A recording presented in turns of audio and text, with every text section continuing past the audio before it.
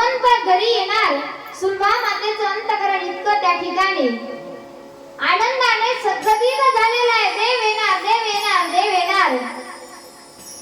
सुलभा माता दरवाजा लावून आतमध्ये आहे. भगवंत आलेला आहे.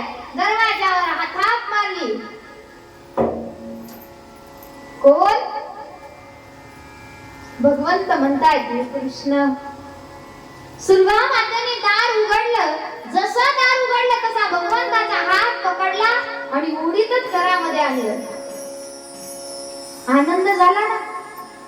घरामध्ये आणल्यानंतर आपण पाहुण्यांना बसायला आसन टाकतो, बरोबर का नाही? सुलभा मातेने पण आसन टाकलं, पण त्या आसनावरती त्या जाऊन बसल्या. देव खाली बसला. आनंद झाला.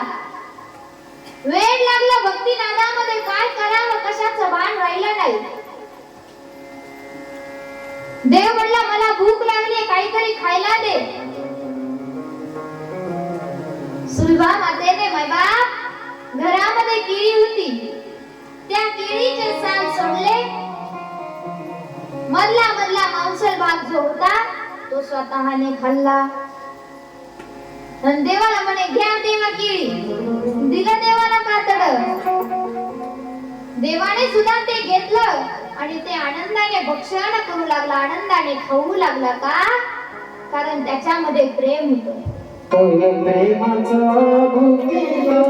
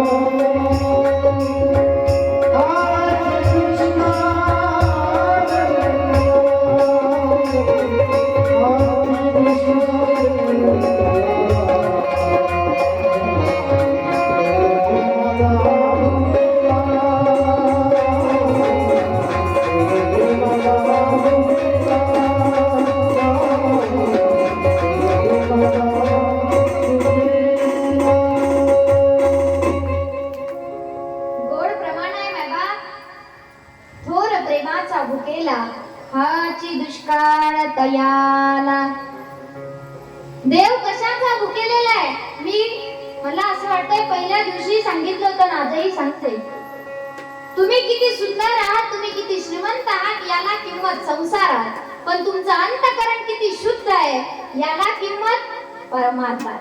तुम्ही गरीब आहात, श्रीमंत आहात, तुम्ही खालच्या जातीत जन्माला आले की वरच्या जातीत, याचा भेद परमार्थात केला जात नाही.